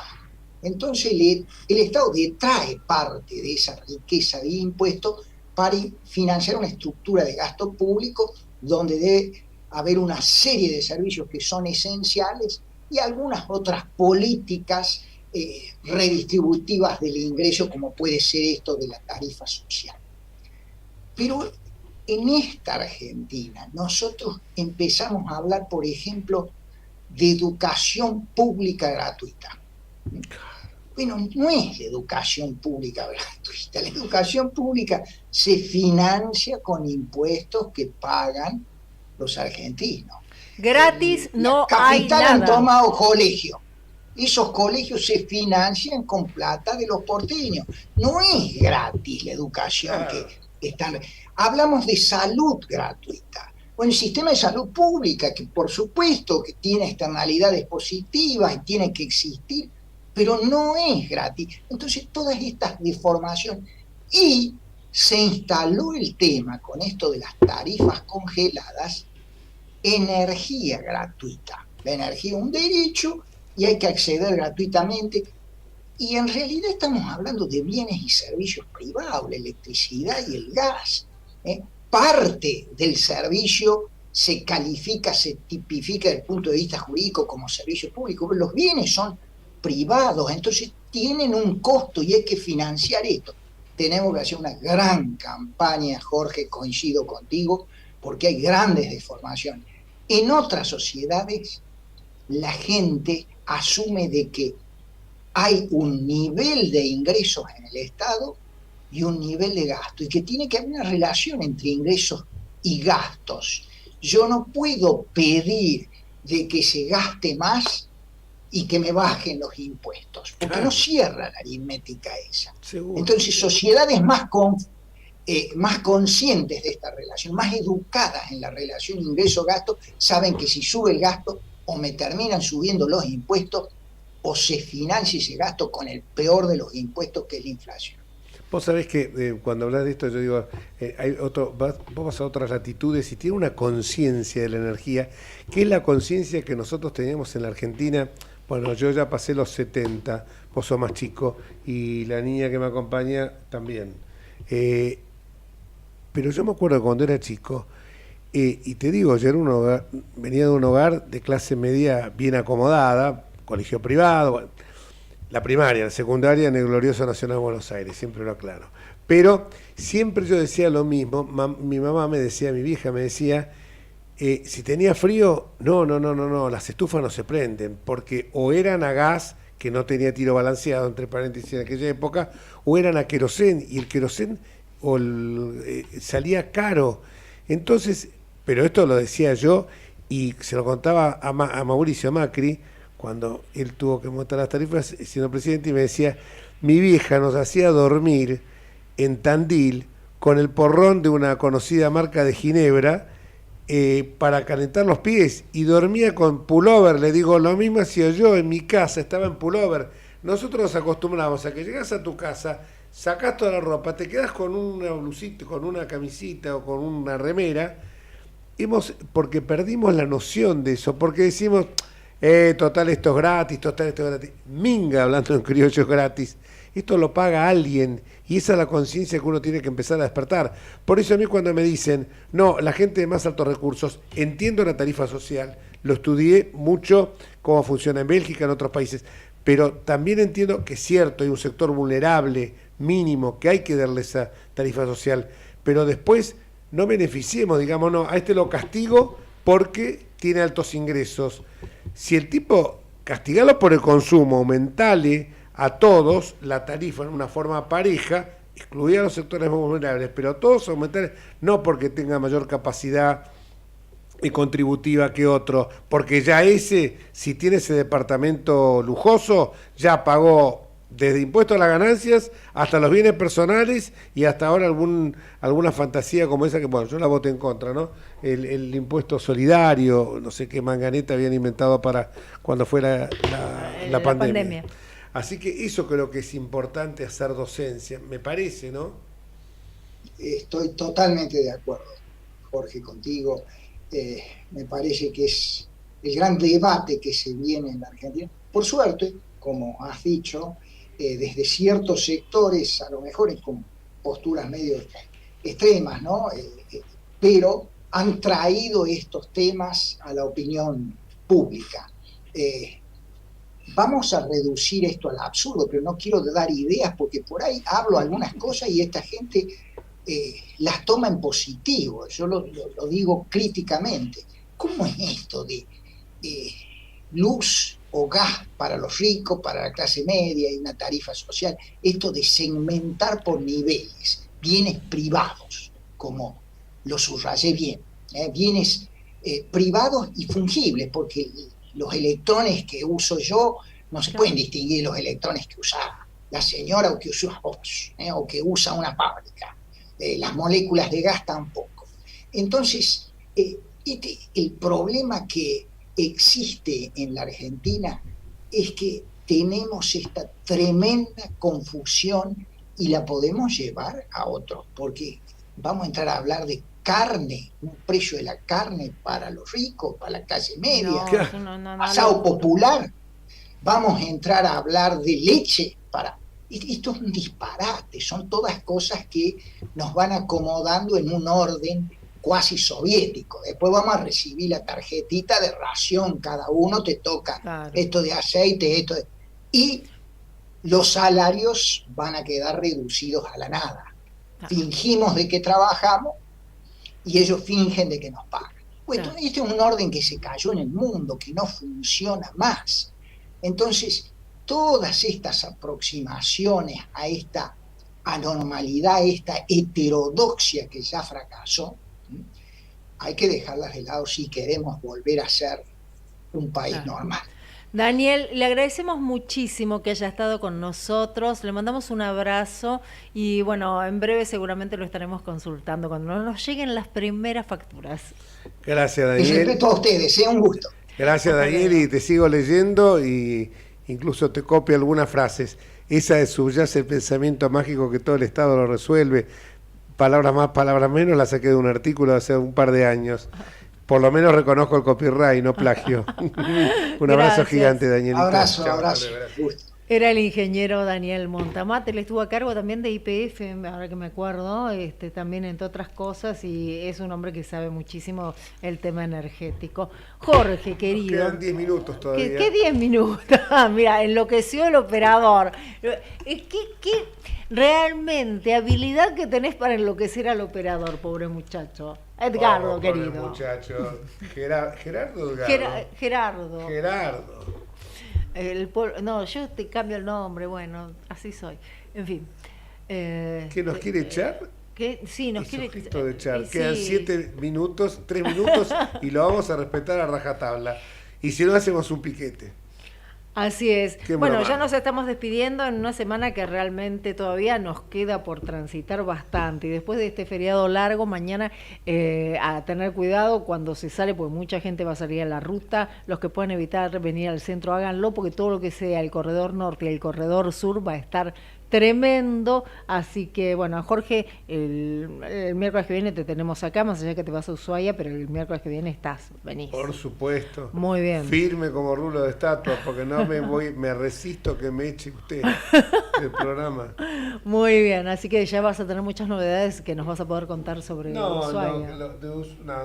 No, si tengo un minuto clavado, sí, dale. hablo un poco del tema de Uruguay. Realmente es llamativo cuando uno está en Montevideo. Yo fui por un tema académico y un tema político, y cuando uno está allá se da cuenta que los partidos políticos pueden tener cuestionamientos muy duros que se hacen recíprocamente. Aún, fíjate vos, no solamente el Frente Amplio contra la coalición del gobernante, que le integran una decena más o menos de partidos, sino entre el propio Colorado y el Blanco. Sin embargo, a la hora de fijar políticas públicas, hay una comunión de ideas y hay una sujeción a reglas que son inmodificables, que son reglas que saben que 2 más 2 es 4, pero tomemos a un analfabeto presidente como es Toledo en Perú, que uno lo escuchaba en la campaña y decía, este pibe, ¿cómo llegó a ser maestro? Sin embargo, el presidente del Banco Central de Perú, el Banco Central, más allá que alguno quiera disolverlo, el Banco Central de Lima, de Perú, tiene el mismo titular desde la época desde el año de los 80. Pasó por Alan García, que después se suicidó, Fujimori y todo, Toledo, etcétera, hasta llegar hoy a Castillo. Entonces, eso es lo que yo digo, es vivir en un país normal. Los uruguayos te dicen, sí, tenemos demasiada estabilidad, por eso se ponen a ver los canales nuestros noticias, porque es como, uno me lo dijo, es como ver una novela turca pero no romántica. Una novela turca no romántica, porque siempre hay algo nuevo, nos sorprenden. Bueno, muchísimas gracias, porque si no me van, todavía no me hicieron ningún gesto.